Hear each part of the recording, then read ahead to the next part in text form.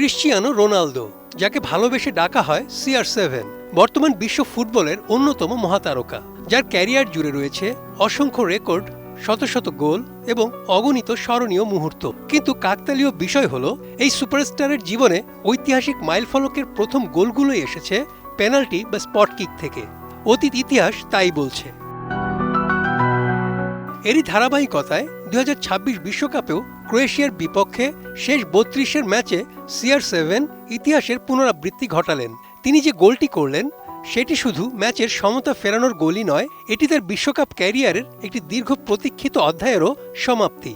কারণ 6টি বিশ্বকাপে অংশ নেওয়ার পর এই প্রথম বিশ্বকাপের নকআউট পর্বে গোল করার স্বাদ পেলেন পর্তুগিজ মহাতারকা, আর সেটিও সেই পেনাল্টি থেকেই। 2006 সালে প্রথম বিশ্বকাপ খেললেও এতদিন পর্যন্ত নকআউট পর্বে গোল করার কোনো রেকর্ড ছিল না রোনালদোর। 5 বার পর্তুগালকে গ্রুপ পর্ব পেরিয়ে নকআউট স্টেজে তুললেও প্রতিবারই এই অর্জন অধরাই থেকে গিয়েছিল। অবশেষে 2026 বিশ্বকাপে সেই আক্ষেপ ঘুচল।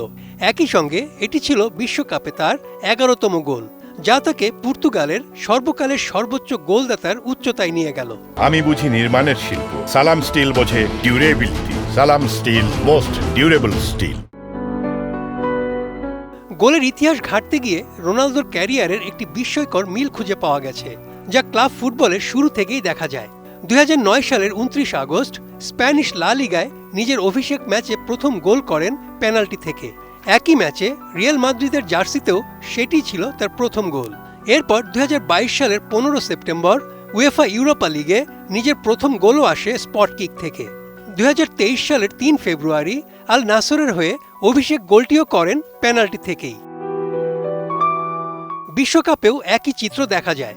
2006 সালের জার্মানি বিশ্বকাপে ইরানের বিপক্ষে প্রথম গোলটি তিনি পেনাল্টি থেকেই করেছিলেন। 2 দশক পর বিশ্বকাপের নকআউট পর্বে প্রথম গোলের অপেক্ষাও শেষ হলো, আর সেটিও এলো স্পট কিক থেকেই।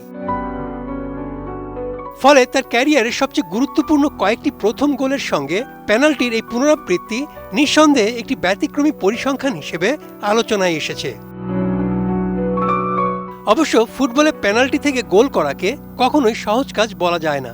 বিশেষ করে নকআউট ম্যাচের মতো উচ্চ চাপের মুহূর্তে স্পট কিক সফলভাবে কাজে লাগাতে মানসিক দৃঢ়তা ও নিখুঁত দক্ষতা প্রয়োজন। দীর্ঘ ক্যারিয়ার জুড়ে রোনালদো সেই দায়িত্ব বারবার কাঁধে তুলে নিয়েছেন এবং বেশিরভাগ সময়ই সফল হয়েছেন।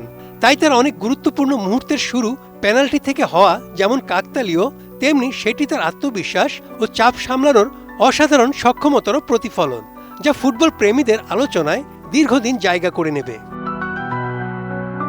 Desk report, ATN news.